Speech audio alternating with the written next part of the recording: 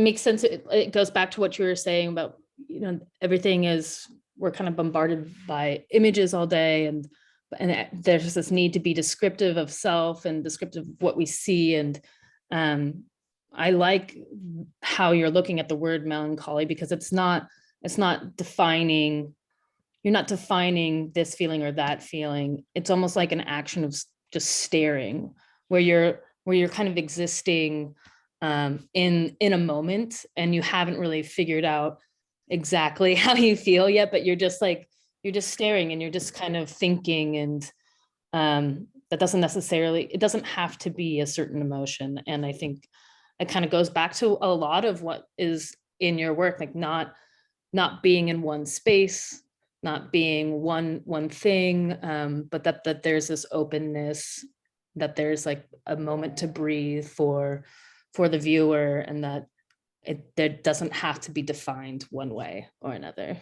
Yeah, no, thank you. I really liked how you put that. Like, I definitely am interested in creating spaces that are undefined, and like I'd like them to be open for people to kind of sit with themselves. Like I think that kind of going back to that, like I feel like so many things are kind of like pushed down our throats these days. Like everything is like so polarized, and like everything is like so opinionated.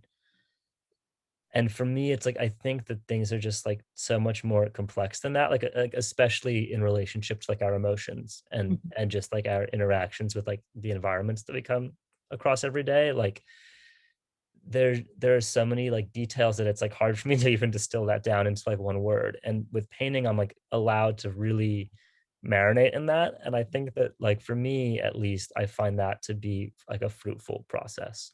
Totally. And then, it's like when you encounter other people and other things, like I find that like experiencing it as opposed to labeling is pretty helpful in terms of just like interactions with people. Like I TA'd for a class this semester from Ari Eastman, who's like a painter I really admire. And just like seeing her teach, she left like with the students, it was like the way she gave advice was like hardly, it wasn't really prescriptive, and it really left things open-ended. And seeing how that actually like worked really well for the students, I was like, this is kind of like a really good way to teach. Yeah.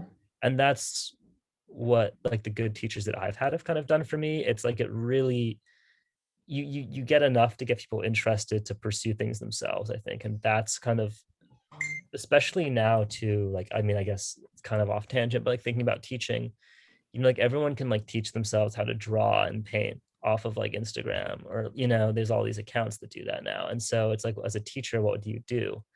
And I think really the main thing you can do is to kind of just lead people in the direction of like teaching themselves, or it's much more of like a helpful friendship, as opposed to like I have the skill and I'm teaching you how to use the skill. And that, is, it seems more democratic and in some ways more helpful to me. Yeah.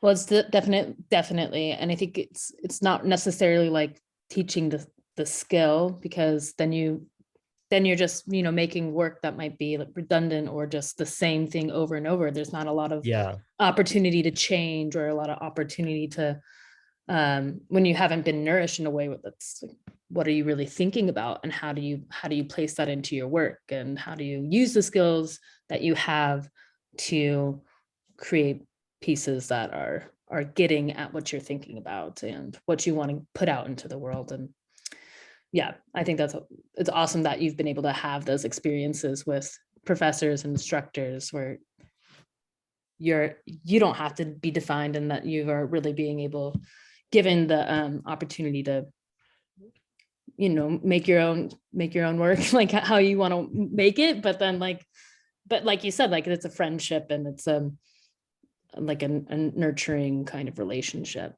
um yeah, so that being said, you're almost done with your MFA. And what are you hoping for the next year? And do you think you're going to be making more of these cityscapes, or you're going to try to, I don't know, what are you looking forward to?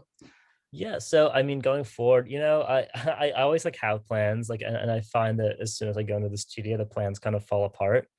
So I mean, I just want to keep painting. It's hard to say. Whenever like a series happens, it happens somewhat by accident and not never through planning. It's kind of like one painting of the cityscape like led to another and led to another, and then same with like the water paintings that I've been making. like the oceans. Like it's kind of like kind of like an like a fluid involvement of an idea. All right, Ish, thank you so much for talking to us, and good luck in the future. We'll be in touch for sure. And yeah, good luck with everything. Thanks. You too. Have a good And day. yeah, talk to you soon. Bye.